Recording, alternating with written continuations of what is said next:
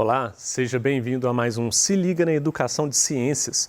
Eu sou o Bruno Galvão e vou falar com você, aluno do 7º ano do ensino fundamental, um pouco mais sobre taxonomia. Essa é a parte 2. Na aula anterior, nós já falamos sobre esse assunto. Quais são os principais objetivos desta aula? Bom, eu gostaria que você, aluno, pudesse conhecer alguns critérios que são utilizados para o agrupamento dos seres vivos.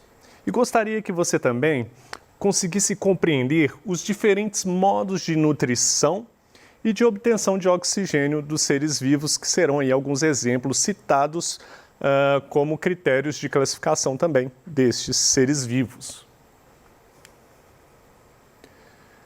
Apenas aqui, fazendo uma breve revisão do que foi dito na aula anterior, o que seria taxonomia?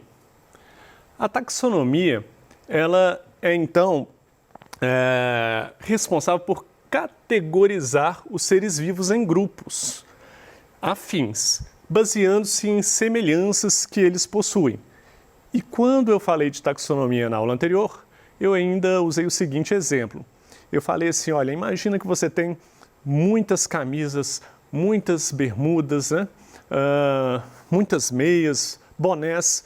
E se você guardar isso tudo dentro de uma única gaveta, vai ficar difícil de achar quando você quiser achar aquela bermuda específica daquela cor ou aquela blusa. Então, você costuma dividir por gavetas, de forma que isso vai deixar mais organizado. Além disso, eu vou completar hoje com mais alguma informação sobre essa ideia.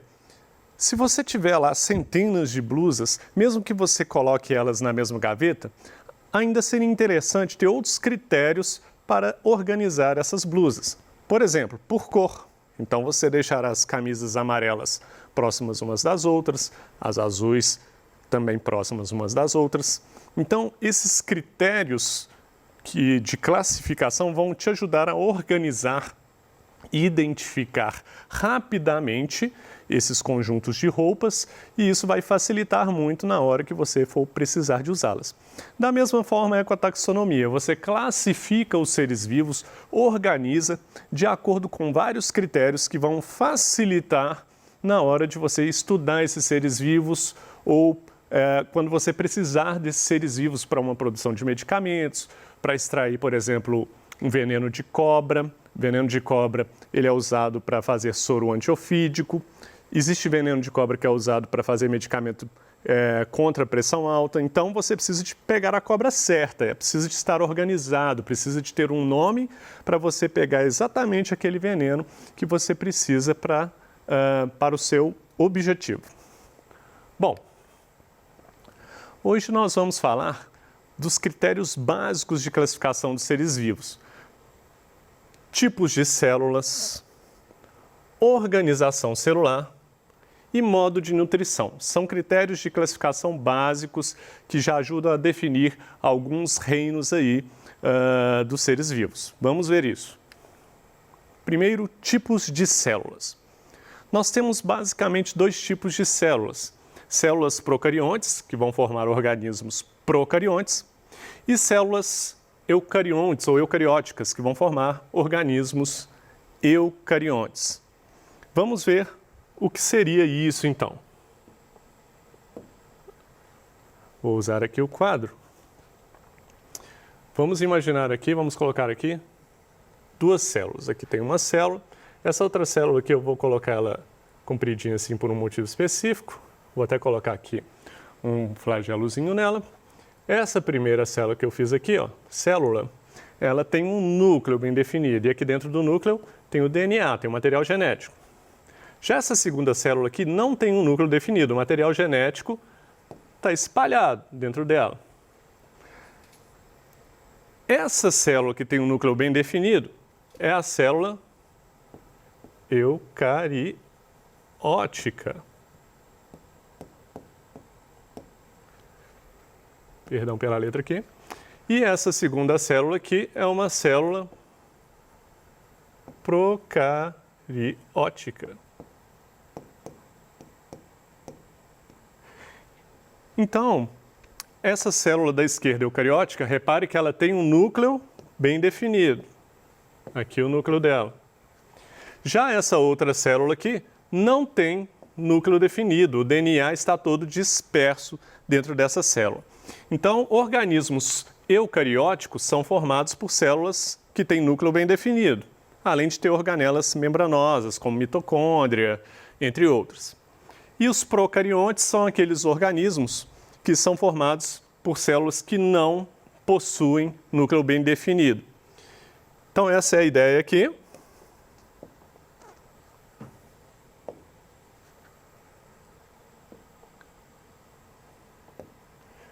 Bom, sabemos agora o que são os tipos de células. Vamos ver o que são esses organismos procariontes. As células procariontes, então, elas não possuem núcleo e organelas membranosas, como eu disse. Temos como exemplo bactérias. As bactérias são organismos procariontes. Já os organismos eucariontes, que são formados por células eucariontes, né? Células que têm núcleo e organelas membranosas, esses organismos são os organismos que nós estamos acostumados, todos os organismos do reino animal, todos os organismos do reino das plantas, né? Então, esses organismos eles são formados por células mais complexas, células que têm núcleo, células que têm mitocôndrias, células que têm lisossomos e entre outras organelas celulares. Ok, então tipos de células é isso. Então, um organismo ele pode ser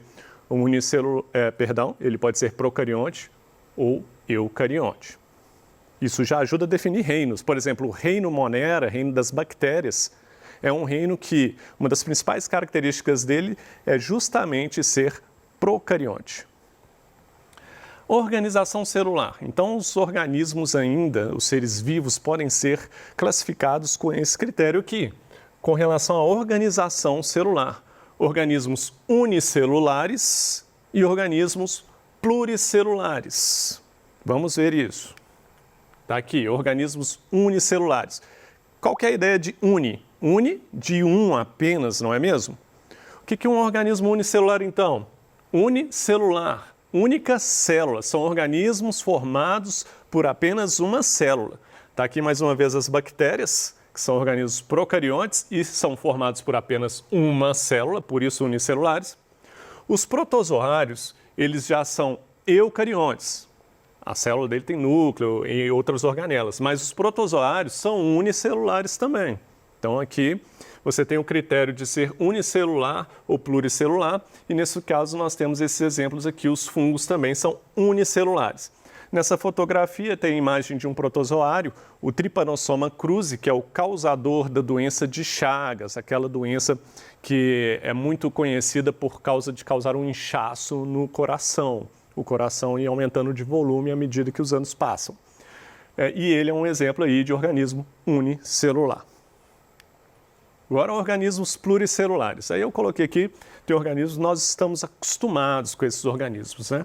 Aqui no caso, plantas e animais, existem alguns tipos de fungos, que são os cogumelos também, poderiam ser citados aqui, entre outros, mas aqui eu coloquei aqui um galo aqui, à esquerda da figura, foi uma fotografia cedida pelo meu amigo lá, o Mauro Sérgio, e à direita aqui, uma fotografia de uma planta aqui, que também são organismos pluricelulares, formados por várias células, também uma fotografia cedida aí pela minha irmã, inclusive, Jaqueline, obrigado, Jaqueline.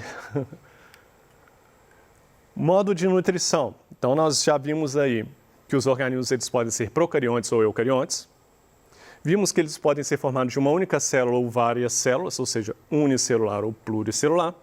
E agora tem o modo de nutrição. Existem organismos autótrofos e organismos heterótrofos. Vamos ver cada um desses critérios. Então, quando você vai classificar os organismos, você pode ter essa opção. Você tem organismos autótrofos, auto. Quando a gente pensa em auto, a gente pensa em suficiência, autossuficiência, si mesmo, né? Um automóvel é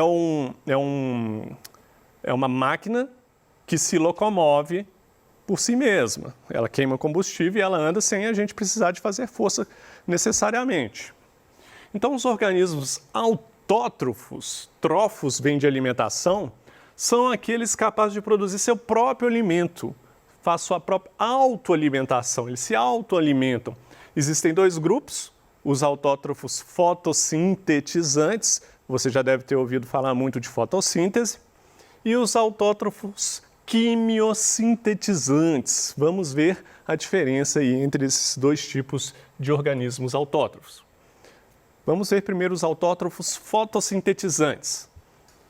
Esses organismos fotossintetizantes, eles utilizam a energia solar para produzir o próprio alimento a partir de compostos inorgânicos, basicamente água e gás carbônico. As plantas e as algas são os melhores exemplos. Então, quando a gente tem uma planta em casa, a gente precisa de ficar aguando a planta, não é verdade? Se não colocar água, ela vai morrer. Bom, aqui, ó, tá aqui, ó. Ela precisa de água. Precisa de gás carbônico também, para produzir o próprio alimento. Da onde que vem esse gás carbônico? Olha, o ar tem gás carbônico. Ainda mais com a emissão de gases poluentes que nós temos aí, tem bastante gás carbônico no ar e está só aumentando. Mas as plantas são importantes porque elas vão pegar esse gás carbônico do ar, vão pegar essa água e vão fazer uma reação química com essa água e esse gás carbônico para produzir o próprio alimento. Por isso que as plantas são tão importantes para a gente. Ela retira gás carbônico do ambiente. Mas ela não retira gás carbônico. Ah, a planta retira gás carbônico porque ela é boazinha. Não, por favor. Primeiro que ela nem tem cérebro para ser boazinha. Mas ela retira o gás carbônico porque ela precisa de gás carbônico e água para formar seu próprio alimento, que é uma molécula muito famosa. Molécula que quando a gente pensa em diabetes, a gente sempre lembra dela, que é essa molécula aqui, ó, glicose. A planta produz glicose a partir de água e gás carbônico. Bom, vamos para frente. Agora temos os organismos, também os organismos quimiosintetizantes. Também produzem o próprio alimento, assim como as plantas produzem o próprio alimento, mas diferente das plantas, não utilizam energia solar para fazer as reações químicas que vão produzir esse próprio alimento. Eles vão utilizar energia proveniente de reações químicas entre compostos inorgânicos. Inorgânico é tudo que não é orgânico. Por exemplo, ferro é inorgânico, níquel, entre outros elementos químicos.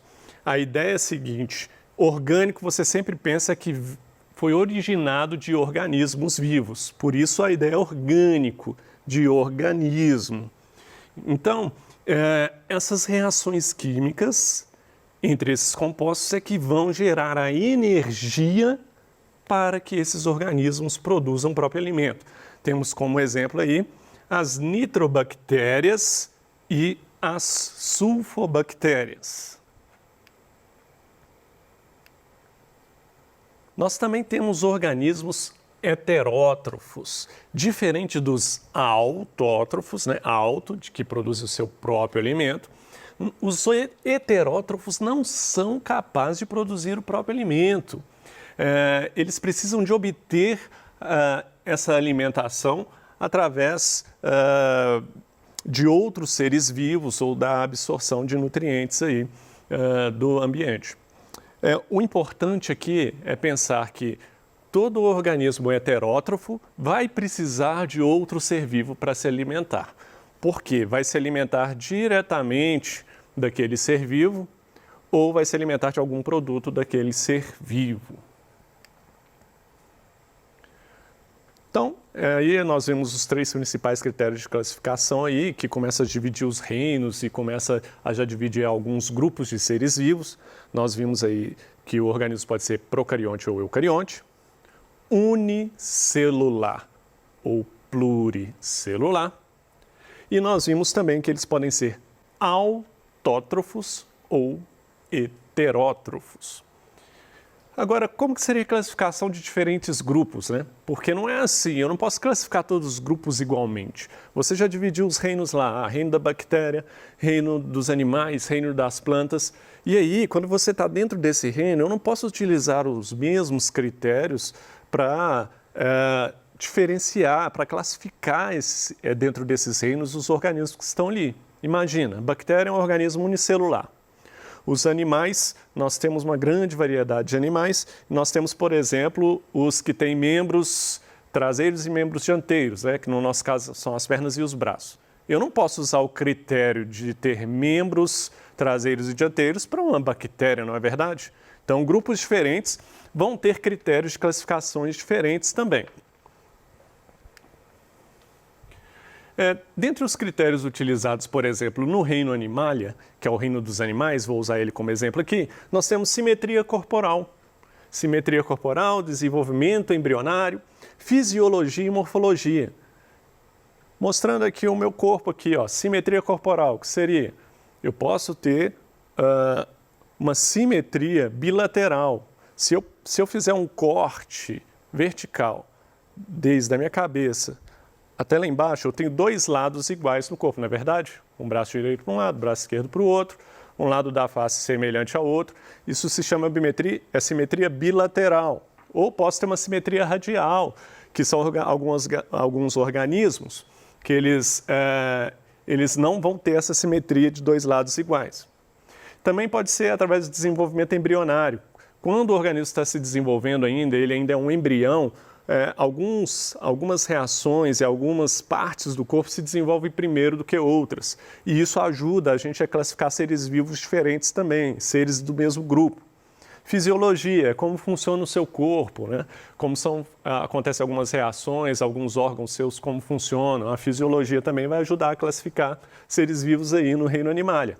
E a morfologia, que são essas características mais visíveis, né?